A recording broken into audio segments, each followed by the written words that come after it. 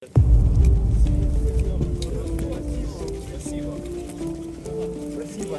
Мы дома.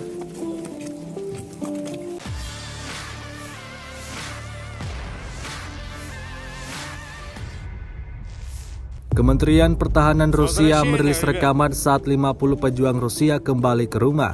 Rekamannya diunggah di akun Telegram @MOD-Rasia pada Jumat 25 November 2022. Diketahui hal ini dalam rangka pertukaran tahanan. 50 prajurit Rusia serta Republik Rakyat Donetsk dan Lugansk dipulangkan dari penjara Ukraina. Dalam keterangan unggahan disebutkan semua yang kembali akan menerima dukungan maksimal. Sebagian dari mereka mengungkapkan rasa senang karena bisa bertemu dengan keluarga dan kerabat kembali.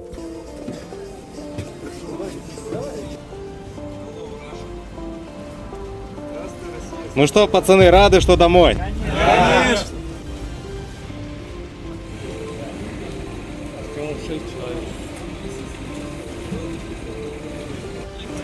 Всех обнимают.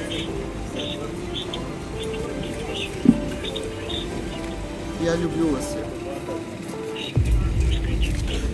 Спасибо. Ой, спасибо. Ой, пока-пока. Ой, здравствуй. Алло, мам, привет, узнала? Все, да, меня поменяли, Да.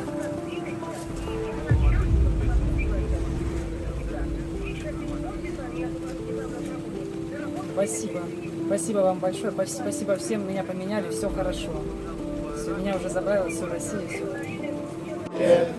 Братских народов союз вековой, предками